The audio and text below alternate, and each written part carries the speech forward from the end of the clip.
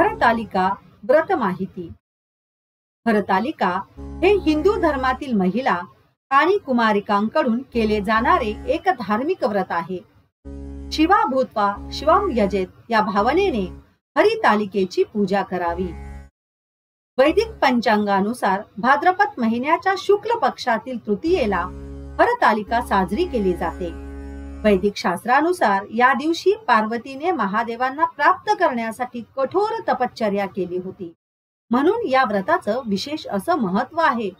हर म्हणजे अपहरण करणे आणि तालिका म्हणजे सखी. देवी पार्वतीच्या सखीने पार्वतीचे हरण करून तिला जंगलामध्ये नेले होते, जिथे पार्वतीने महादेवांना प्राप्त करण्यासाठी हे व्रत केले. त्यामुळे या व्रताला हरितालिका असे म्हटले जाते. या दिवशी महिला व मुली निर्जल व्रत करून शिव पार्वतीची आराधना करतात. वैवाहिक स्त्रिया आपल्या नवऱ्याच्या दीर्घायुष्यासाठी हे व्रत करतात आणि लग्न न झालेल्या मुली चांगला जोडीदार मिळावा म्हणून हे व्रत करतात. या व्रतात सौभाग्याच्या वस्तूचे जास्त महत्व आहे.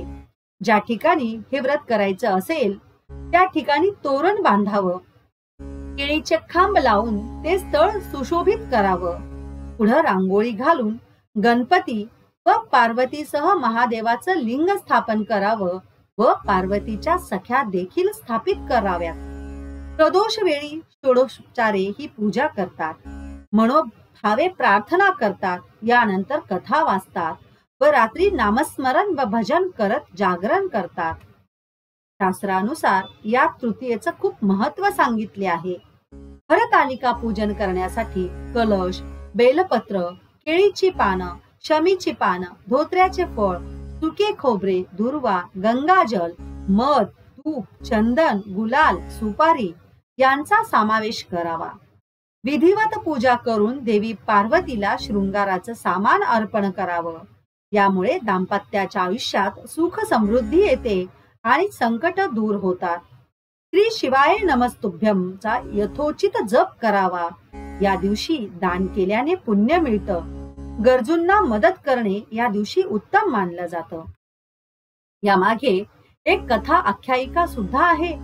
प्राचीन काली पर्वतराजाची कन्या पार्वती ही उपवर झाली व नारदाच्या सल्ल्याने तिच्या पित्याने तिचा विवाह विष्णूशी करण्याचा बेत केला. परंतु पार्वतीच्या मनात शंकराला वरण्याचे असल्याने तिने आपल्या सखीकडून पित्यास निरोप पाठविला की तुम्ही मला विष्णूच्या पदरी बांधल्यास मी प्राणत्याग करीन. पार्वती आपल्या सखी सोबत अरण्यात गेली.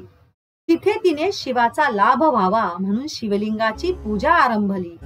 त्या दिवशी भाद्रपद मासातील तृतीया होती व हस्त नक्षत्र होते.